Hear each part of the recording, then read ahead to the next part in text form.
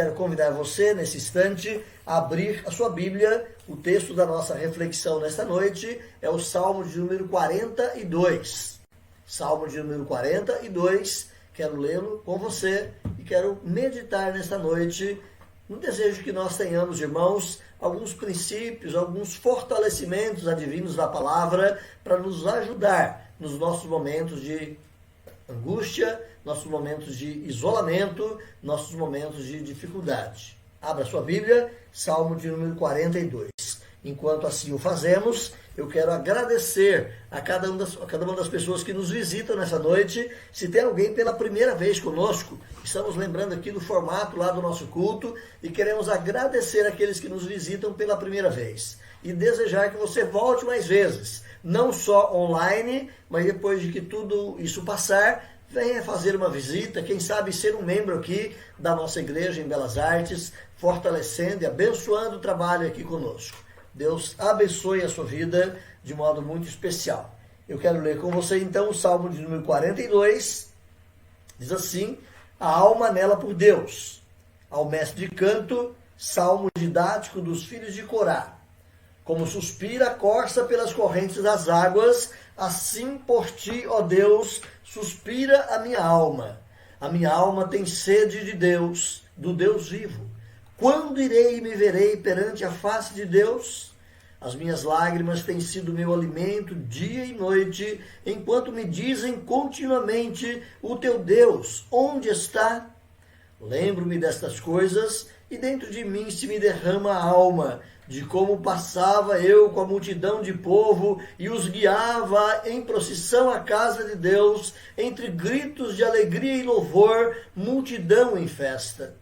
Por que estás abatida, ó minha alma? Por que te perturbas dentro de mim? Espera em Deus, pois ainda o louvarei, a Ele meu auxílio e Deus meu. Sinto abatida dentro de mim a minha alma, lembro-me, portanto, de ti nas terras do Jordão, e no monte Hermon, e no outeiro de Mizar. Um abismo chama outro abismo ao fragor das tuas catadupas. Todas as tuas ondas e vagas passaram sobre mim. Contudo, o Senhor durante o dia me concede a sua misericórdia, e à noite comigo está o seu cântico, uma oração ao Deus da minha vida. Digo a Deus, minha rocha: por que te olvidaste? Ou por que te esqueceste de mim? Por que hei de andar eu lamentando sob a opressão dos meus inimigos? Esmigalham-se-me os ossos enquanto os meus adversários me insultam, dizendo: o teu Deus, onde está? Por que estás abatida, ó minha alma? Por que te perturbas dentro de mim? Espera em Deus, pois ainda o louvarei, a Ele meu auxílio e Deus meu.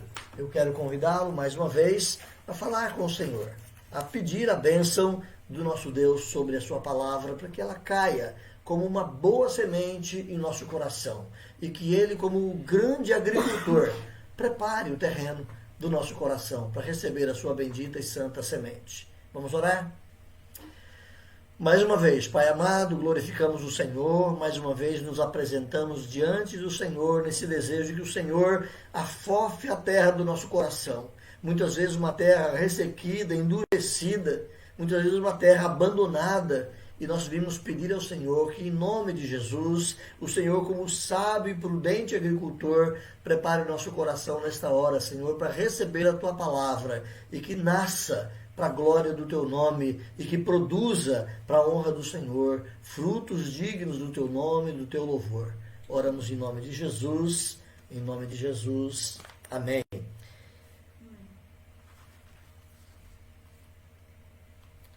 Meu querido irmão, minha querida irmã, um evangelho de magia, um evangelho carregado de misticismo tem sido muitas vezes oferecido pela igreja evangélica no Brasil e no mundo.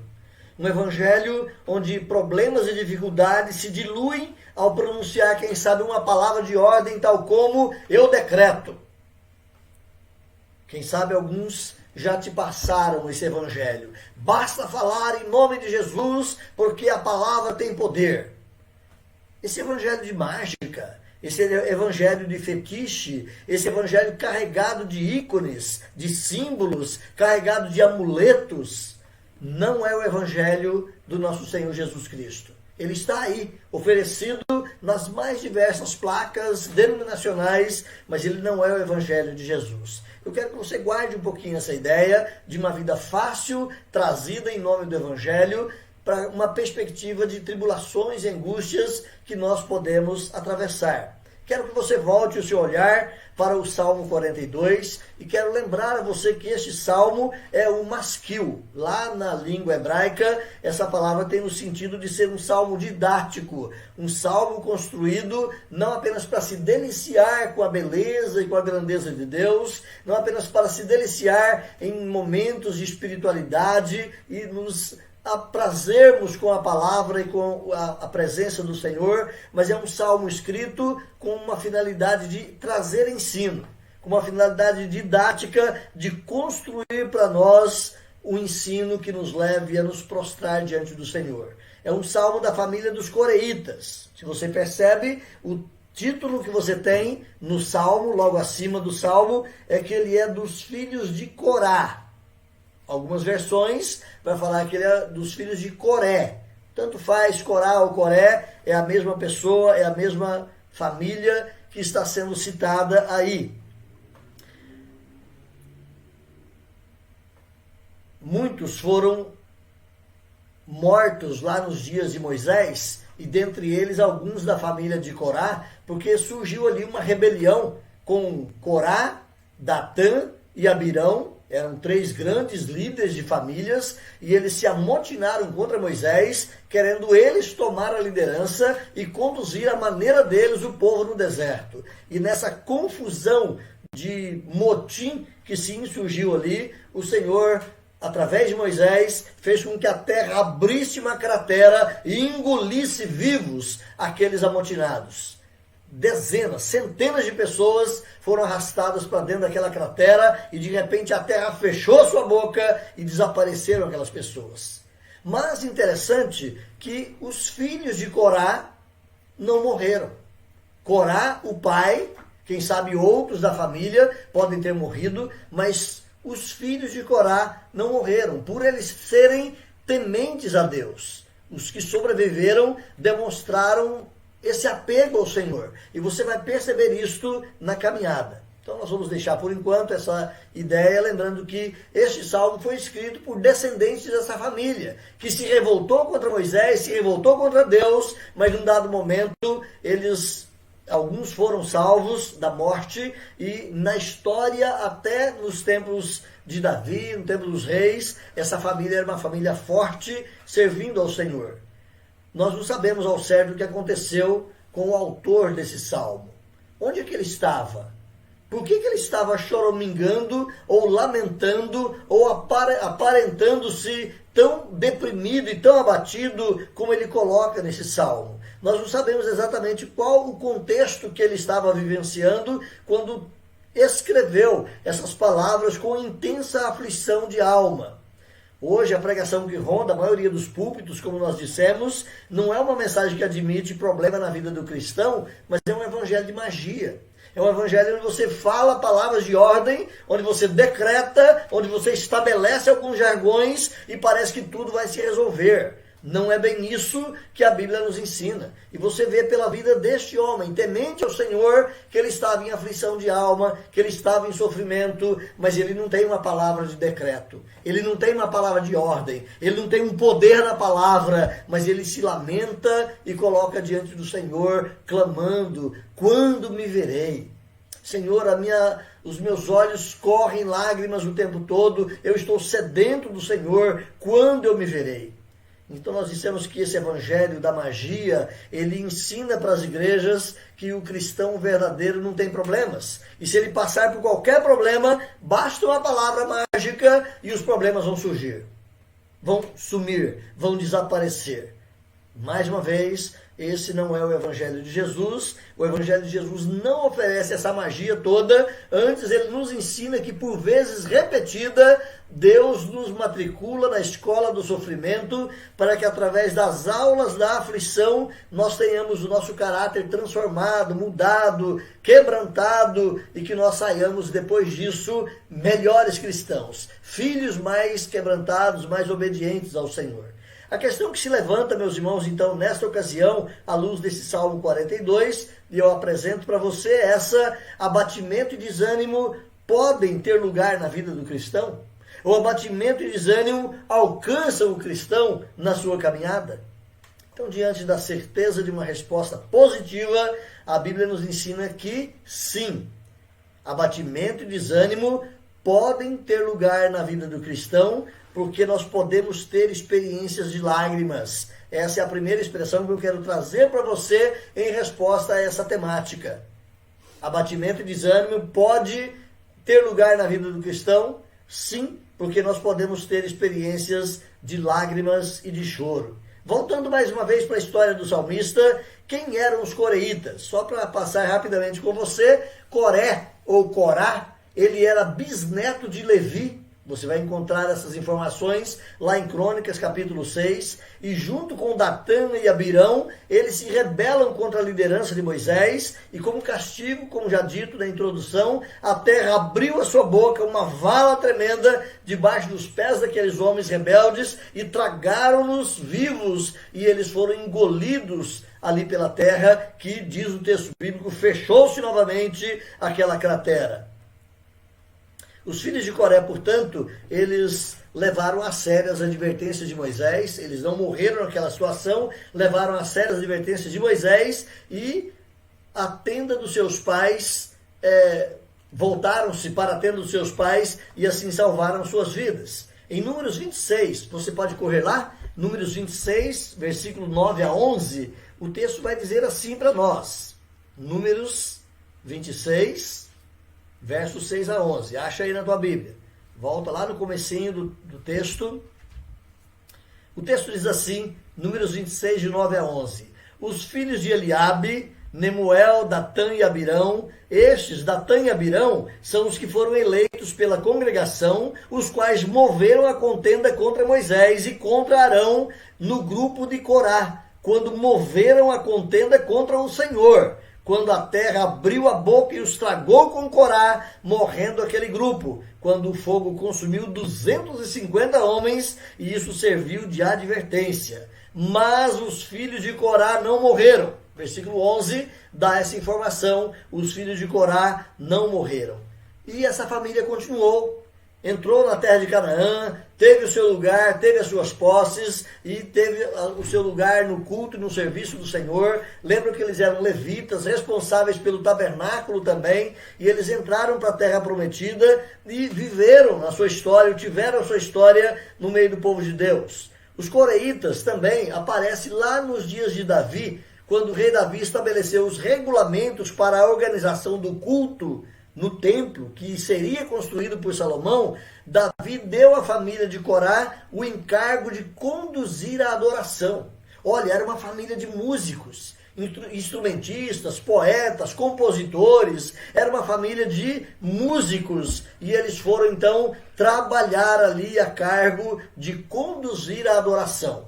Faça-se aqui uma ressalva, existe uma prática comum, especialmente nos irmãos neopentecostais, de falar que os cantores são levitas. Cantores não são levitas. Cantores na igreja são cantores como eu e você, alguns com melhores dons, mais bem dotados, qualificados, outros através de bons cursos na área da música, estão preparados para servir o Senhor, mas eles não recebem o título de levitas. Os cantores eram da família dos levitas, mas nem todo cantor, ou nem todo levita era cantor.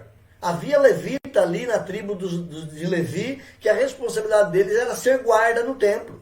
Outros levitas, a responsabilidade deles era fazer a limpeza do templo. Outros levitas era ajudar na preparação dos serviços ali na casa do Senhor. Outros levitas eram rachadores de lenha, carregadores de água para todo o serviço ali daquela grande casa de adoração. Os levitas não eram necessariamente cantores. Havia sim aqueles que eram da descendência dos levitas, que tinham o dom da música, e entre eles aqui a família de Corá. Você pode ver lá em 1 Crônicas, capítulo 6, versículo 31, olha lá, 1 Crônicas, capítulo 6, versículo 31, diz que são estes os que Davi constituiu para dirigir o canto na casa do Senhor, depois que a arca teve repouso. Então Davi constituiu um grande coral, e esses da família de Corá eram aqueles que prestariam ou trabalhariam na área da adoração. Mas todo levita é cantor? Não. Apenas alguns da tribo de Levi que foram selecionados para tal mistério. 2 Crônicas, capítulo 20, versículo 19. Caminha lá comigo. 2 Crônicas, capítulo de número 20, verso 19. O texto vai dizer assim: 2 Crônicas 20, 19. Dispuseram-se os levitas dos filhos dos coatitas e dos coreitas para louvarem o Senhor, Deus de Israel, em voz alta, sobremaneira. Aqui nesse texto você percebe que, além de serem levitas, foi especificado aqui que alguns deles eram da família dos coreitas, dessa família desse compositor deste salmo. Então, por ser uma família de músicos, não apenas eles cantavam e tocavam, mas também eram compositores. Você vai encontrar vários outros salmos na Bíblia, no Saltério, mostrando que havia outros salmos de autoria dos filhos de Corá. Por ser uma família de levita, de músicos, então, eles também se organizavam para compor, para fazer poesias. Nós temos 12 poesias registradas aqui nas Escrituras, como sendo da pena ou da lavra desses poetas levíticos. São o Salmo 42 até o 49, se você for checando, em cima de cada um deles, você vai ter a expressão Salmo dos Filhos de Corá, do capítulo 42 até o 49. Depois você tem o Salmo 84, que é uma belíssima peça, também extremamente conhecida. Você vai ter o Salmo 85, o Salmo 87 e o Salmo 88. São os salmos da família dos filhos de Corá.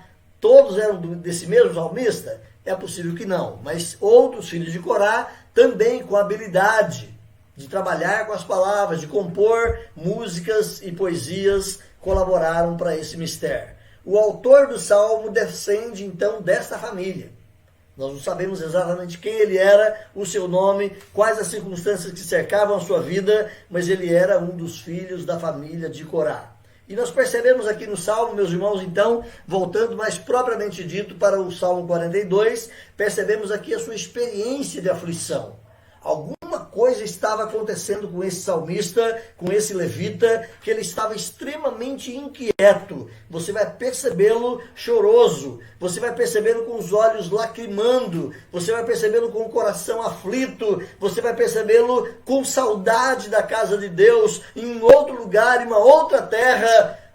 Nós não sabemos o que aconteceu de fato, cercando todas essas circunstâncias na vida do salmista. Mas algo de intensa aflição se passava na vida deste coreíta, pois o mesmo diz que as lágrimas estavam sendo o seu alimento. Olha o versículo 3. Olha o versículo 3. As minhas lágrimas têm sido meu alimento dia e noite. E ainda pessoas me insultam perguntando: onde está o teu Deus?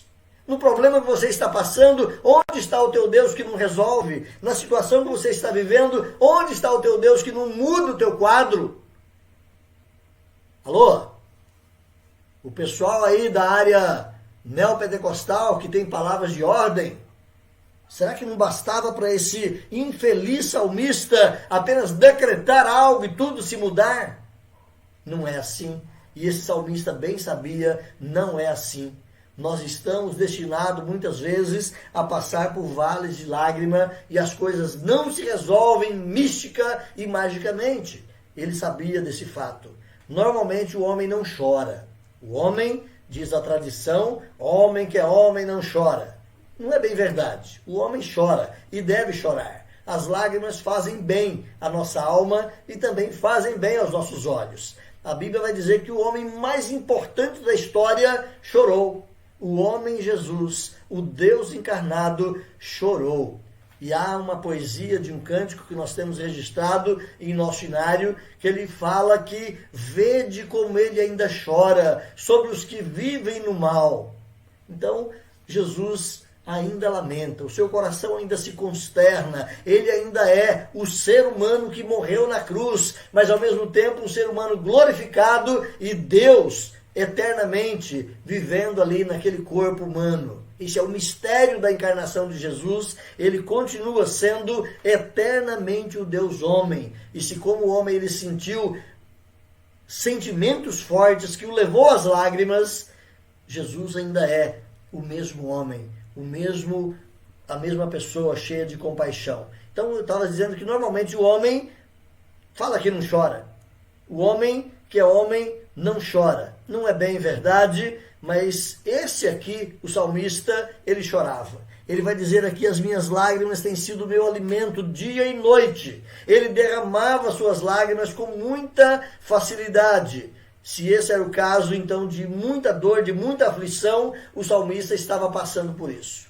Aflição de alma, de espírito, se havia sofrimento físico envolvido ou não, mas ele estava vivendo um momento de extremamente aflitivo na sua vida. Ele não revela aqui no Salmo, ele não diz o que é, até mesmo para que fique contido na sua didática, que qualquer que seja a experiência amarga ou aflitiva que eu ou você possamos passar, nós como cristãos também podemos nos aproximar do Senhor com esse mesmo coração.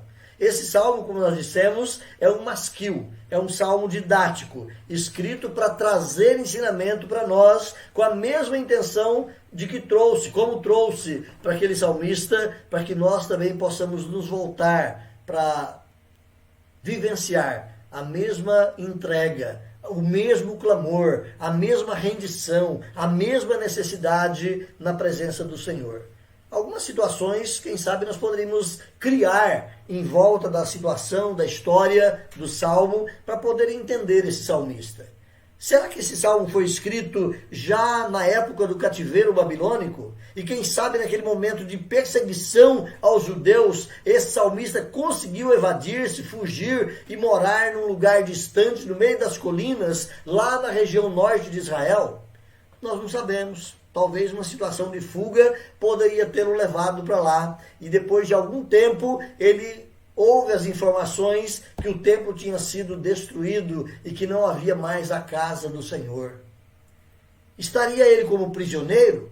Também nós não temos essa informação, mas são quadros possíveis nas situações que cercaram a história de Israel no final do seu período dos reis, quando depois Israel foi levado como cativo para o cativeiro babilônico. Teria então, fora desses quadros de terror, de perseguição, esse salmista está envolvido em uma circunstância de grave enfermidade que o abatera? E alguns vizinhos, amigos, ou, entre aspas, amigos, mas algumas pessoas próximas a ele, insultavam-no dizendo: onde está o teu Deus que não te cura? Onde está o teu Deus? E ele fala que algumas pessoas o insultavam com esses fatos. Queridos irmãos, quaisquer que tenham sido as circunstâncias que cercaram a vida desse salmista, o que se depreende é que ele estava longe de Jerusalém e ele estava vivendo num isolamento social que o privava de estar na casa de Deus. Olha então o versículo 2. Olha o versículo 2. A minha alma tem sede de Deus, do Deus vivo. Quando irei e me verei perante a face de Deus? É bom nós lembrarmos que o conceito de estar na presença de Deus, lá na cultura judaica, dentro do seu sistema religioso, era estar na casa de Deus. Hoje eu e você, com uma revelação muito mais ampliada, a partir de todos os princípios do Novo Testamento, apostólicos, nós aprendemos que a casa de Deus não é o templo construído por mãos humanas. O lugar onde Deus assiste não é uma igreja de tijolos e bancos. Mas a igreja de Deus é o seu povo. E onde quer que tenha 2 ou 3 reunidos no seu nome, seja numa casa muito bem aquinhoada, ou seja, numa tapera na beira do mato, seja debaixo de uma ponte ou no meio da selva, onde quer que tenha 2 ou 3 reunidos no nome do Senhor, ali a presença do Senhor é manifesta, com alegria, com bênçãos, com prazer e com adoração no Espírito Santo. Mas o salmista aqui, ele tinha esse conceito: eu quero estar na presença do Senhor, então eu preciso ir na casa do Senhor. E talvez eu e você, nesse momento de isolamento social, semelhante aqui ao salmista, nós também tenhamos saudades da casa de Deus. Verdade? Eu e você certamente temos também saudades da casa de Deus. Quando é que eu posso voltar? Quando é que nós poderemos nos reunir de novo? E aquela alegria, aquele folguedo, aquela festa de adoração vai acontecer outra vez? É comum esse sentimento, mas é bom nós lembrarmos que a adoração ao Senhor não está restrita a uma casa. Louvado seja Deus por isso, e a própria internet agora, esse ambiente virtual, essa sala virtual, se torna um templo de adoração ao Senhor. Amém? Mas quero lembrá-lo também, meu querido irmão, que não é fácil viver no isolamento social, não é mesmo? Nós estamos aprendendo isso há poucos meses, questão de 2 meses e pouquinho, uns com mais, outros com menos tempo, e nós achamos difícil nos retirarmos da vida social. Achamos difícil nos afastarmos da vida comunitária. Como igreja, então, que sofrimento é estarmos isolados. Você tem se alimentado de lágrimas nesses tempos de pandemia? Ou quem sabe numa outra área da sua vida, as lágrimas têm sido o seu alimento, você tem se sentido carente, necessitado, como a corça suspira pelas correntes das águas, assim também você tem sede da graça, do favor, da manifestação de Deus na sua vida. O salmista se sentia assim. Talvez momentos de sede, de sequidão espiritual já foram ou têm sido realidade para você. Mas é bom lembrar que Jesus é a água viva. Ele descedenta a nossa sede. E nós não precisamos de um lugar específico chamado templo para adorar o Senhor. Aí na sua casa, você pode dobrar os seus joelhos com o coração quebrantado e contrito e você está na presença do Pai. Você tem um caminho livre para entrar na presença de Deus. Você pode buscar o poder e o favor do Senhor da maneira e onde você estiver. Lembre-se, meus irmãos, então, de que situações aflitivas, mesmo que ainda não tenha passado pela sua vida, mas elas podem chegar até você. Situações de aflição, situações de dor, situações de angústia, situações de isolamento podem chegar até você e Jesus nos lembra disso. Mais uma vez, nós não somos ignorantes desse fato. Nós não fomos pegos de surpresa nessas questões todas, porque Jesus já tinha dito lá em João 14, 27, neste mundo vocês terão aflições, portanto, tenham ânimo. Segunda coisa que eu quero trazer para você nessa nossa reflexão é que nós podemos experimentar solidão. Lembra que nós falamos na primeira? Situações de desânimo podem atingir o cristão? Sim, porque nós podemos passar por vales de lágrimas. E o salmista estava aqui no seu vale de lágrimas. Segundo, nós podemos experimentar solidão. O salmista, como dissemos, estava longe do conforto, estava longe do amparo próprios da comunhão na casa de Deus. Ele estava longe do envolvimento social próprio da casa de Deus. Certamente o salmista estava longe de Jerusalém, longe do templo e com saudades da casa do Senhor. Olha o que ele diz aí no versículo de número 6. Versículo número 6, a parte final do versículo, quando ele diz: lembro-me, portanto, de ti nas terras do Jordão, no Monte Hermon e no outeiro de Mizar. Se eu perguntar para você, onde ficam essas plagas? Onde ficam essas terras? Você teria que recorrer a um mapa bíblico, a um mapa que mostrasse a geografia bíblica e que tivesse lá assinalado. Aqui é o Monte Hermon, ali está o outeiro de Mizar, ou ali na frente está o Monte Hermon, ou as terras do Jordão. E você poderia então, através de um bom mapa bíblico, divisar e estabelecer onde mais ou menos o salmista estava.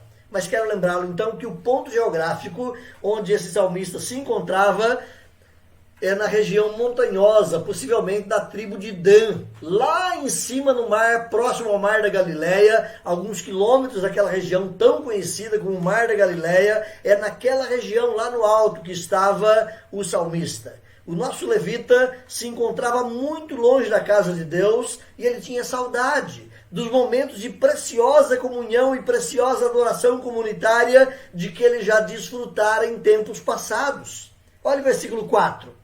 Olha o versículo 4. Lembro-me destas coisas, dentro em mim se me derrama a alma. Que lembrança de como eu passava com a multidão de povo e os guiava em procissão à casa de Deus, entre gritos de alegria e louvor, aquela multidão em festa, e nós entrávamos na casa de Deus louvando, cantando. Que saudade que eu tenho disso. Essa é a experiência do salmista, que mostrava que ele estava agora longe de casa, longe de Jerusalém, longe do templo e tinha saudades desse tempo. Meus irmãos, ali naquela região, nos cumes do Hermon, você pode correr lá para o Salmo 133 e ele te ajuda nisso. Naquela região, nos cumes do Hermon, cai a maior quantidade de chuva. E na primavera, a água e a neve é derretida e descem corredeiras caindo, criando volumosas cachoeiras ali naquela região. Uma região montanhosa e de repente a chuva cai, a neve derrete e volumes de água se formam e rios temporários se tornam ali e cachoeiras vão caindo. E ele vai dizer então no versículo 7, um abismo chama outro abismo ao fragor das suas cachoeiras, e todas as suas ondas e vagas é como se viessem passando sobre mim. Tanto naquela região norte quanto na região do sul, do deserto da Judéia, você tem também as famosas corredeiras temporárias, quando as chuvas caem nas montanhas e aquelas águas vão se avolumando e descem vales abaixo, e muitas vezes lugar que não tem um mínimo de presença de chuva, ali está passando um rio e pessoas, se ficarem no meio, elas vão ser levadas de roldão. Pessoas morrem lá, sabia? Pessoas morrem naquelas regiões porque são pegas muitas vezes de surpresa por rios temporários rápidos e velozes que muitas vezes os atropelam. O salmista está dizendo isso. Senhor, o meu coração está assim, nessas cachoeiras que se formam aqui na nossa região, o meu coração está semelhante a isso. Versículos 6 e 7, o meu coração está profundamente abatido, por isso eu penso em Deus. Assim como o mar agitado ruge, assim como as águas das cachoeiras descem dos montes Hermon, dessa região do Mizar, correm com violência até chegar no Rio Jordão, assim também, Senhor, as ondas de tristeza que o Senhor permite vir sobre mim, me assolam e me derrubam. Perceba, ao fragor das tuas catadupas, todas as ondas e vagas passaram sobre mim. Ele está fazendo um paralelo entre a realidade geográfica, aquele fenômeno que acontece lá, com a sua situação. A situação por que ele passava estava associada ao despencar de cachoeiras rápidas que vinham sobre ele. Assim passava ele num turbilhão de águas, assim passava ele um turbilhão de problemas e vinha logo outra. Todas as suas ondas e vagas. Um abismo chama outro abismo, ou uma cachoeira cai na outra cachoeira, e assim os problemas vão me atingindo. Meus irmãos, ele pode estar sendo aqui também, eu pode estar narrando aqui também a experiência dele lá, daqueles dias, mas eu quero dizer que isso aqui pode ser também, quem sabe, a sua experiência. Um problema mal acaba e surge outro. Uma situação aflitiva mal passa e logo vem uma outra notícia, talvez não tão boa assim. Então é nessas horas de problemas, quando nós passamos por maus bocados, é que nós necessitamos então de estar mais perto do companheirismo, do amparo dos irmãos, mas nem sempre é essa a realidade. É por isso que o salmista aqui está lamentando. Senhor, quando irei me verei? Quando eu me encontrarei de novo com os irmãos? Quando eu terei o fortalecimento da comunhão e da fé uns dos outros? Meus irmãos, a fé, assim como uma brasa viva numa churrasqueira ou numa lareira, uma fé contamina a outra. A fé que você tem em Deus, na esperança, nas verdades do Evangelho, também contaminam a minha fé e o meu coração, e juntos nós nos fortalecemos mais ainda. E muitas vezes, então, nós nos vemos abatidos e frágeis, muitas vezes nos vemos também derrubados, e a nossa alma se sente também abatida. Sinto abatida dentro de mim, a minha alma. Essa, quem sabe, pode ser a afirmação sua. Essa pode ser, quem sabe, uma experiência que você está passando. Dissemos quantas vezes nós também passamos por vales de lágrimas. Quantas vezes também a solidão pode ser uma companhia inseparável no nosso caminho. Então as situações podem atingir sim a minha ou a sua vida, trazendo como na semelhança desse salmista um momento de aflição, um momento de angústia. Mas terceira coisa que eu quero trazer conosco, meus irmãos, é que nós podemos renovar a nossa esperança.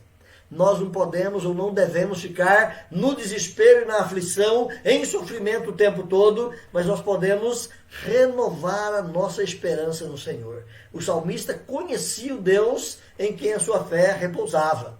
Eu quero que você caminhe comigo mais uma vez. Olhe os 2 primeiros versos de novo. Volta lá no Salmo 42, versículo 1 e 2, o salmista vai dizer: como suspira a corça pelas correntes das águas, assim por ti, ó Deus, suspira a minha alma tem sede de Deus, do Deus vivo.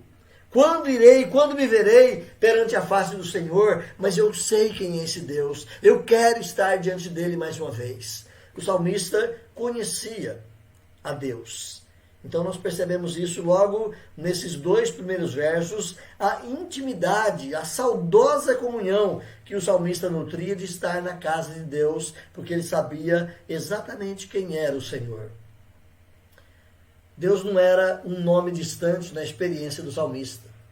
Deus não era apenas o outro que mora na eternidade na mente do salmista, mas Deus era alguém que era manifesto na sua presença e na sua experiência. Ele nutria, portanto, a esperança de estar de novo com a multidão em festa, com o povo de Deus reunido, mais uma vez para louvar, para glorificar, caminhando naquelas procissões, chegando ali nas cercanias do templo. Se você vai lembrar um pouco da história do judaísmo, havia alguns cânticos que eram conhecidos como Cântico dos Degraus, que eles cantavam em grupos enquanto iam subindo as escadarias do templo para chegar no topo, na parte mais elevada, onde estavam os átrios de reuniões. Eles iam cantando e louvando ao Senhor, aqueles grupos de procissões para a adoração ao Senhor nos dias de festa. Assim o salmista lembrava daqueles momentos tão preciosos. Eu pergunto, você já teve momentos tão preciosos com o povo de Deus em adoração? Você já esteve também em momentos tão solenes, tão augustos, onde você realmente percebeu que você estava na presença de Deus junto com seus irmãos? O seu espírito quase que flutuando naquele ambiente de louvor, de adoração? Assim o salmista lembrava e assim o salmista tinha saudade. O salmista, meus irmãos, então, ele refaz a esperança em Deus, ele refaz aqui a sua confiança no Senhor, lembrando que ele vai estar de novo. É nesse compasso que ele refaz dentro de si a nota de esperança e uma nota que é quase um refrão nesse salmo. Por que estás abatido, ó minha alma? Espera em Deus. E ele fala mais de uma vez exatamente esse refrão. Olha o versículo 5.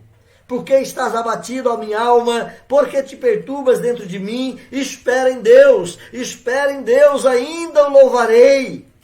Mas olha lá o versículo 11 de novo, depois de contar a sua situação de distância, de distanciamento, de isolamento, depois de falar que ele estava ali como que levado pelas turbas e cachoeiras, agora ele volta e fala de novo no versículo 11 para si mesmo.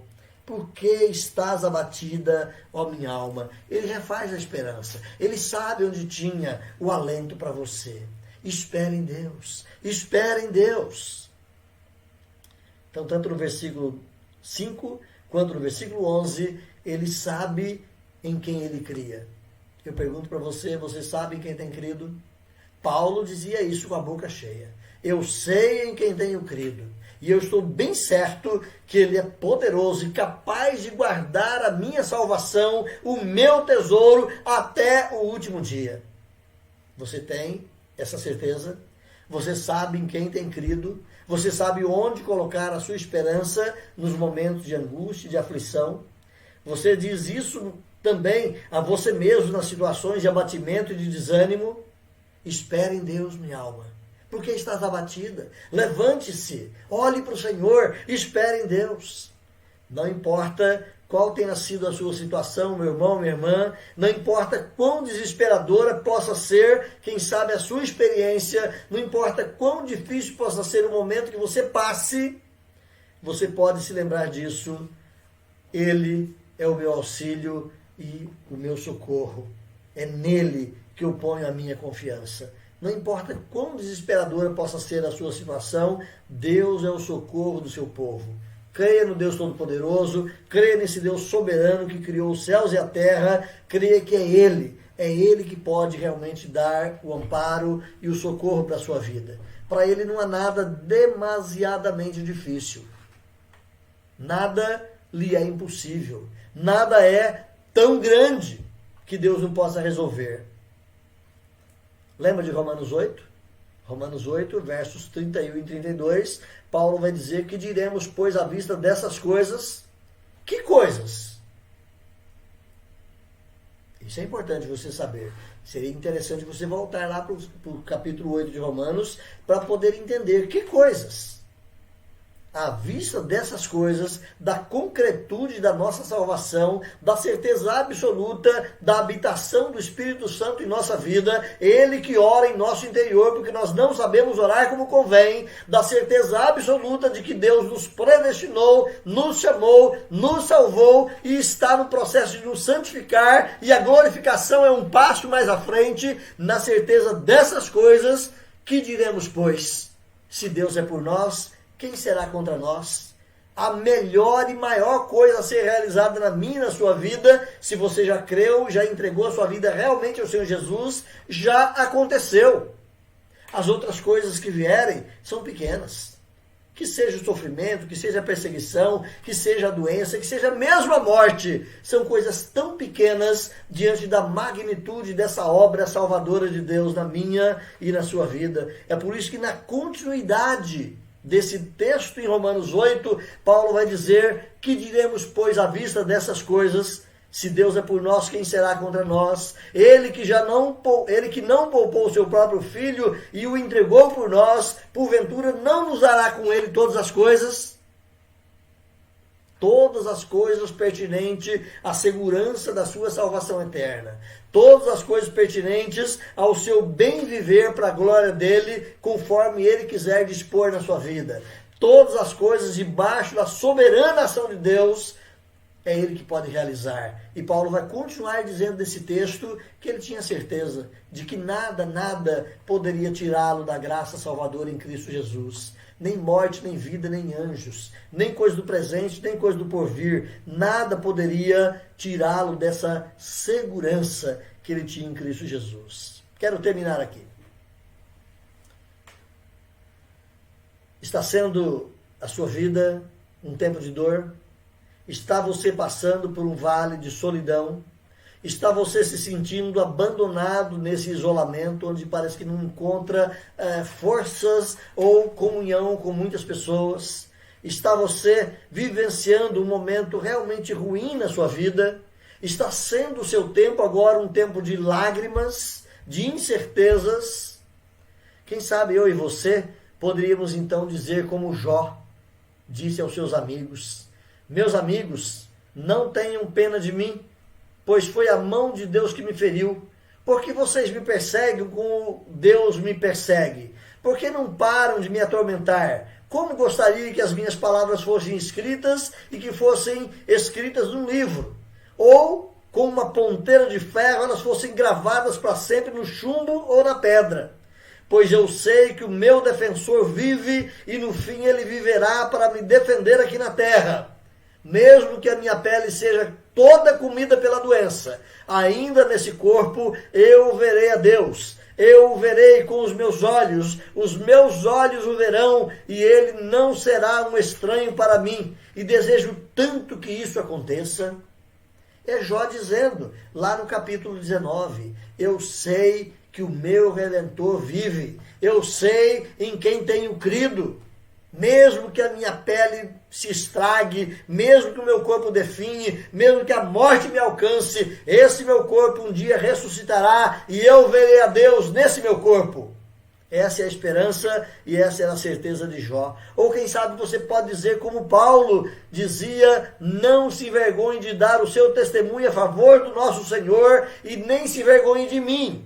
Paulo estava dizendo isso para o jovem reverendo Timóteo, pastor da igreja presbiteriana de Éfeso.